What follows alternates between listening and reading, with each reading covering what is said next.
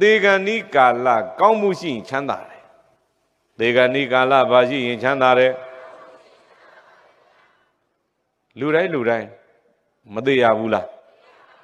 ဘဝနေဝင်ချိန်လို့ခေါ်တယ်အဲ့ဒီအချိန်မှာကိုလျှောက်ခဲ့တဲ့လူတိုင်းပြန်ကြည့်လိုက်လို့ပြည့်တဲ့ကုသိုလ်မရှိဘူးဆိုရင်အဲ့ဒီပုဂ္ဂိုလ်ဆင်းရဲပြီးသားမှတ်တော့တယ်ဟုတ်ပြီလားကုသိုလ်ရှိရင်တော့ချမ်းသာတာပေါ့ဦးဇင်းတို့မြတ်စွာဘုရားရဲ့ကျောင်းတကနာတပိန်တထေးကြီးသမီး3ယောက်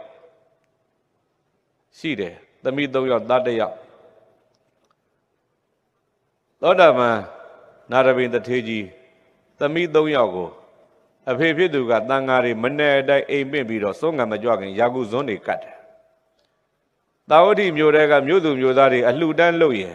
ဒီတထေးကြီးကအမြဲတမ်းဖိတ်ခံရတော့အဲ့ဒီမှာသွားပြီးလှုပ်ရတာ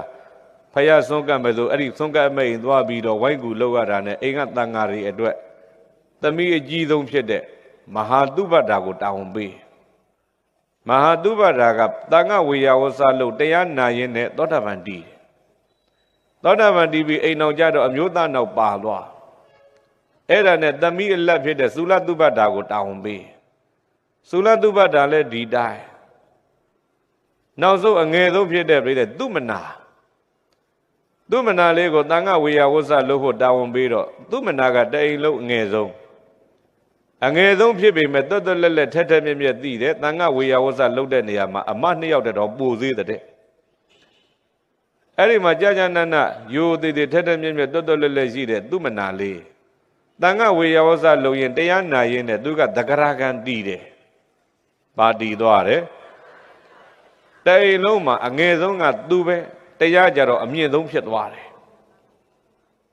အဲ့ဒါကလေးမလေးမကြမ်းမဖျားနာပြီးအိပ်ရတဲ့လဲသွားတော့အဖေဖြစ်သူကသွားမေးငါသမီးနေမကောင်းဘူးလားဟုတ်တယ်မောင်လေးနေမကောင်းဟင်းသမီးကြောင်6ချားဖြစ်နေတာလားမဖြစ်ပါဘူးမောင်လေးရဲ့သမီးသေရမှာကြောက်လားမကြောက်ပါဘူးမောင်လေးရဲ့